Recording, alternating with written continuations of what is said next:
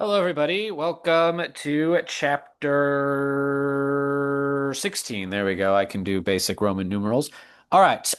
We are in Unit 5. Unit 5, Unit 5. What a unit. Unit 5 is mostly just about the Civil War and the period immediately following it, Reconstruction.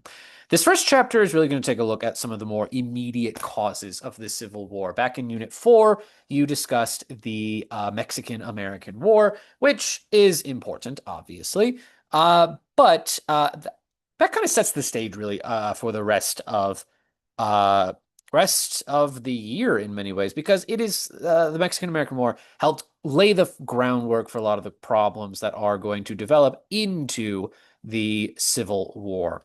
But what we're going to take a look at in this chapter again is going to be this period, the antebellum period, just before the Civil War. If you see the phrase antebellum, it means just before the war, and in this case, the Civil War. All right, so we're going to pick up from the Compromise of 1850, but as usual, this is going to be about 20-ish minutes. Might go a little longer because this is some heavy stuff. Uh, these are the AP lesson targets right here. Just take a look at that in your own time. We're really covering 5.5, 5.6, and 5.7 right there. All right, with all of that out of the way, let us go ahead and click not 10 minutes, 20 Minuten, 20 minutes. All right, and here we go. All right. Now, the Compromise of 1850, even though it is something that we learned about in Unit 4, it does set the groundwork for really the beginnings of Unit 5. The Compromise of 1850, as you might remember, it included the five major components. One, California is a free state. Two, we see that there was no more slave trade in Washington, D.C., and yet, to kind of get Southerners on board, popular sovereignty in the New Mexico territory. We see as well that there is going to be a stronger Fugitive Slave Act, which we'll get to in a second. Texas's debt is also absolved. But let's talk about kind of the irony of the fallout of the Compromise of 1850. The Compromise of 1850 was designed to try and settle the question of should slavery be allowed to expand? Well, the compromise is in some places, yes, in other places, maybe, basically. In other places, no. Places like the new state of California, for example. However, the most controversial part of the Compromise of 1850, arguably, is the Fugitive Slave Act. Now, the Fugitive Slave Act is going to cause a lot of moral and political revulsion among Northern communities. The Fugitive Slave Act, on some levels, is morally repugnant, at least in the minds of Northerners at this time, because well, it's very unseemly. We see the kidnapping of a lot of free African American people who are then returned, or not returned, but who are then sold into slavery in the South. And there is going to be a lot of opposition to that kind of immorality as Northerners see it. But we also see that there's also going to be kind of political revulsion against it. A lot of Northerners felt that this was the Southern states imposing their will on Northern states. These Southern states are kind of telling the North what to do, and they're making these Northern states, who have largely gotten rid of slavery, they make these Northern states actually participate in the capture and, in some cases, return of enslaved people of color. Now, politically, that doesn't mean that you necessarily want to abolish slavery everywhere. But in terms of kind of opposition to this law, well, we do see a lot of Northerners are opposed to the Fugitive Slave Act. For example, many Northern communities pass what are known as personal liberty laws. These are laws that are designed to at least give some degree of justice for people accused of being African American, of being runaway slaves, I should say. Now, these personal liberty laws are largely going to be overturned thanks to some Supreme Court cases. However, we do see that a lot of Southern states feel that Northerners are not participating in this institution of slavery. That Southerners' view is key to their way of life. But that kind of moral revulsion that I talked about earlier is going to be expressed in fugitive slave law books, such as Uncle Tom's Cabin. Uncle Tom's Cabin is probably the most famous anti-slavery book in American history. It's written by this lady right here, Harriet Beecher Stowe. And this book is going to really tell the perspective of African Americans. It's a fake story in the sense that it's not real, but it's based on a lot of true things about slavery. And it is widely read in the North, it's widely banned in the South. But another kind of thing that we are seeing evolve during this time is economic differences, especially between the North and the South. Slavery, at least if you're an irreconcilable, is going to start to become the single biggest difference between the North and the South. Perhaps there is going to be some clash of economic interest. The North is undergoing a process of industrialization, which you talked about in Unit 4 and Unit 3. The South, on the other hand, is still in this agricultural state. And there are some Southerners who are looking at the state of the South, and they're thinking, wow, we are being outpaced, outgunned by the North. And kind of one example of this is Hinton Rowan Helper's The Impending Crisis of the South. And in this book, it is going to actually call for the abolition of slavery, mostly to make the South catch up with the North. It's not an abolitionist book in the sense that it is against slavery on moral grounds, but it is against slavery because it views it as an archaic, aka outdated, political and social and economic system. We need to abolish this so that the southern states, they can stay competitive with the North. So there is a lot of controversy regarding slavery. There's economic opposition to it. There's political opposition to it. There is as well moral and religious opposition to it. However, we see that the issue of slavery is going to start to explode, literally, in the country, thanks to something called the Kansas-Nebraska Act. Now, the guy associated with Kansas-Nebraska is Stephen A. Douglas, the Little Giant. That was his nickname. He was a little small guy. But anyway, what's the point and what's the purpose of the Kansas-Nebraska Act? Well, the Kansas-Nebraska Act was a bill designed to make territories out of this purple area right here. Previously, prior to the Kansas-Nebraska Act, this was all unorganized Louisiana Purchase territory. Now, Stephen A. Douglas, he wants to kind of transition this territory into becoming eventually states in the future. The reason why he wants to have these be states is he wants this area to be used for railroad development. Stephen A. Douglas thinks that only states can build railroads. He's kind of he's a Democrat. He's from the North, but he's a Democrat. So he wants these to become states. The problem is Southerners are not willing to add more free states. Under the conditions of the Missouri Compromise, every single bit of land above the 3630 line is going to become free states. So, in order to get Southerners okay with making this area into states, you need to give them the chance for slavery to spread.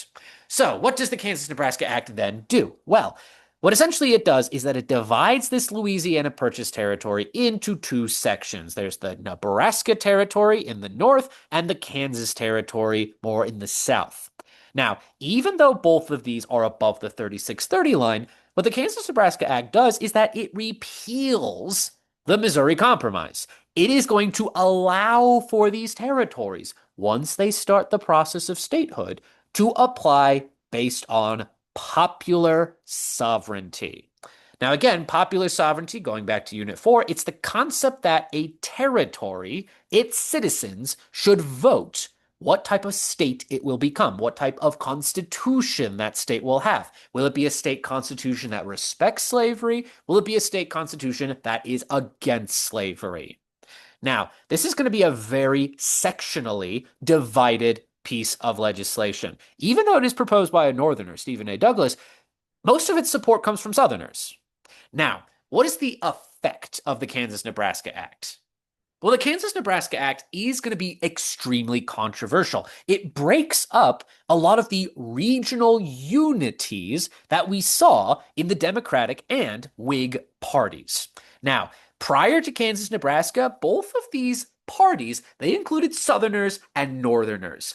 When the Kansas-Nebraska Act rolls around, those kind of lines of union break. We see that Northern Whigs and Northern Democrats, most of them are going to coalesce around the emerging Republican Party. Now, the Republican Party, its platform is going to be not in favor of abolition, but in favor of trying to prevent the spread of slavery. The Republican Party, especially in its early days, it was a free soil party. It believed that the territory should be open only to white people. And again, this is really important to understand, but poor whites didn't want to have to compete with rich plantation slave owners. So, kind of, the Republican Party is largely going to represent this white settler population. The kind of Southern Whigs and Southern Democrats, they largely combine together in the Democratic Party. So the Democratic Party still exists, but it almost becomes exclusively a Southern slave-owning party. Now, beyond kind of this partisan division that's happening, we also see that it's literally causing violence as well, both in Kansas, as we're going to see in a second, and in Congress as well. Now, Kansas is open to popular sovereignty. Its citizens can now vote if it's a slave or a free state. Now, what happens with the Bleeding Kansas affair is that essentially the pro-slavery group, represented by the New England Emigrant Aid Company, they are going to rush into Kansas. The purpose of this rush of settlers is to try and persuade the popular sovereignty vote to make Kansas a free state. On the contrasting side of things, we've got the border ruffians. These are pro-slavery, largely from Missouri, settlers who want the kind of territory to become, well, slave state. However, kind of both of these groups, they claim to be the legitimate representative of the people living in the Kansas territory. And kind of both of these contrasting visions for what Kansas should become, it results in a lot of political violence. That's what we mean by the term bleeding Kansas. Now, in this kind of bleeding in Kansas, there's going to be about 200 political deaths or so. It continues during the Civil War. Kansas eventually does become a free state, but that's besides the point. But we do see that it is a literal battleground between the anti-slavery and pro-slavery groups within the United States. And kind of an extreme example of this violence is in the character of John Brown. Now, in my opinion, John Brown did nothing wrong because John Brown is going to lead raids against pro-slavery groups in Kansas. Eventually, he kind of moves on beyond Kansas. He is going to storm the federal arsenal at Harper's Ferry, Virginia, modern-day West Virginia. Now, John Brown's eventually stopped. He's executed eventually, but he's a polarizing figure. We see a lot of Northerners who might not be abolitionists. They view him as someone who is fighting against the spread of slavery, whereas Southerners view him as a terrorist. Now, I mentioned that there was political violence not just in Kansas, literal bang, bang, shoot, shoot in cannon, but also in the halls of Congress itself. For example, there's the Brooks-Sumner affair. The Brooks-Sumner affair is a perfect illustration of this breakdown of any sectional unity in the United States. Northerners literally being beaten up by Southerners. Basically, Charles Sumner, he was a Republican. He gave a speech kind of against the kind of introduction of pro-slavery groups into Kansas. He gets really personal and nasty with it. He insults the cousin of a guy named Preston Brooks. Preston Brooks, in response, he beats him over the head. That's kind of the context of this political cartoon right here. So it seems like the country is literally falling apart. But the federal government's response, especially under Democratic presidents like Franklin Pierce and James Buchanan, is to do nothing. Now, what other events are causing this breakup of any national unity in the United States? Well, another major one is going to be the Dred Scott decision, aka Dred Scott v. Sanford. Now, this is a Supreme Court case that is a doozy of a Supreme Court case. Dred Scott was an enslaved man from Virginia technically, but who lived most of his time in Missouri. Now, one day, Dred Scott was brought out of Missouri into northern free state and free territory areas, into Illinois and Wisconsin. Now, Dred Scott being brought out of a slave state into a free state, well, Dred Scott's going to argue, I'm free. There's a principle in Missouri law that said that anyone who is brought out of a slave state and into a free state is automatically freed, actually. Dred Scott tries to pursue his freedom. He's eventually denied. He sues thanks to the help of abolitionists. And actually, a lower court does grant him freedom. The Superior Court in Missouri, though, it restores his slavehood. Eventually, to make a long, complicated story short, this kind of cycle leads all the way up to the Supreme Court, where we've got our good friend Roger B. Taney. Roger B. Taney, he's going to make a doozy of a decision that is going to uphold slavery, that upholds the enslavement specifically of Dred Scott right here. Now, there are three major parts of the Dred Scott decision. For one thing, it's going to declare that African Americans are not citizens. They were never intended to be citizens, and they have no political rights whatsoever, especially considering that slaves are actually property. Therefore, property can't sue somebody.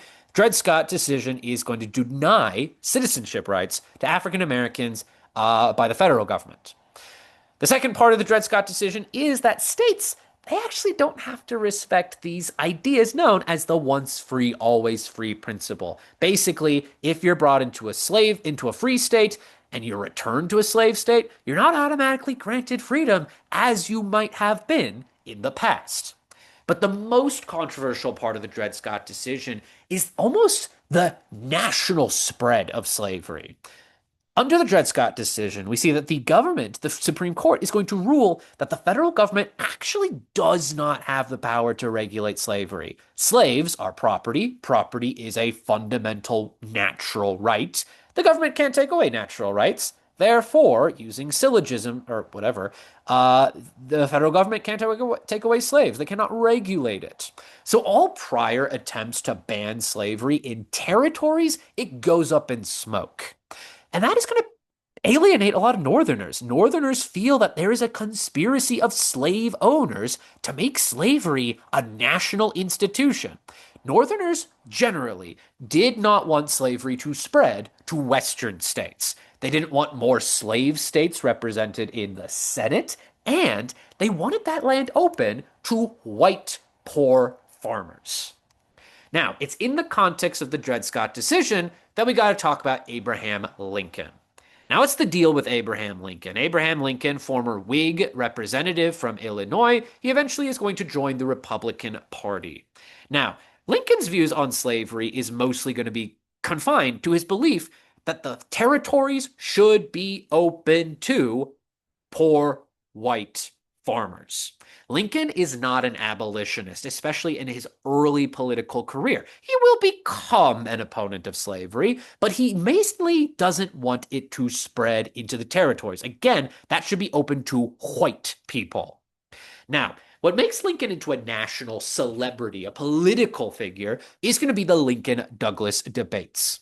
Now, the Lincoln-Douglas debates, there's a lot of complicated things that go into it, but essentially, it's going to be a series of debates over who's going to be the senator from Illinois. Is it going to still be Stephen A. Douglas, the Democrat, the author of the Kansas-Nebraska Act, the promoter of popular sovereignty, or is it going to be Lincoln, this new up-and-coming politician who is against the spread of slavery? Now, they're going to spar back and forth. Lincoln says some racist, problematic stuff. He was not woke in his early days, but whatever. But we see that kind of Lincoln tries to trap Douglas on constitutional grounds. Lincoln's logic is this. Douglas supports popular sovereignty. Douglas says we need to respect the federal government. But Douglas, the Supreme Court under Dred Scott said popular sovereignty is not allowed. There can be no attempt to regulate or restrict slavery. Kind of Douglas's response to Lincoln's challenging of Douglas on constitutional grounds, it leads us to the Free Port Doctrine. Now, the Free Port Doctrine is kind of like the theory of nullification in a way. Basically, what Douglas is going to say is, Northerners, if you don't like slavery, if you're uncomfortable with it, that's fine. He's going to argue that it is one of the rights of states to not listen to laws they don't like from the federal government. If you don't like the Fugitive Slave Act, go ahead. You can enact those personal liberty laws. You can refuse your local law enforcement cooperation with fugitive slave catchers. Now, this is fine for Northerners. A lot of kind of people in Illinois viewed Lincoln as a little bit too radical, as a sort of, oh, he could be an abolitionist. Oh, yeah, I don't want black equality. Don't take that out of context. But we also see that Southerners, they're going to look at the Freeport Doctrine. Southerners from across the country, not just in Illinois, they look at Freeport Doctrine and say, oh, this Douglas guy, I don't really trust him all that much. Douglas has aspirations to become president of the United States. In issuing the Freeport Doctrine, he kind of, well, he wins the battle for the Senate position in Illinois, but he loses the war to become the Democratic nominee in 1860, or at least the uncontested nominee in 1860.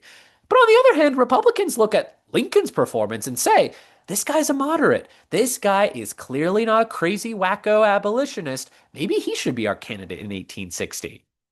Now, that leads us to the election of 1860. Election of 1860 is one that you need to kind of burn into your memory. You need to understand it. But what's the deal with it?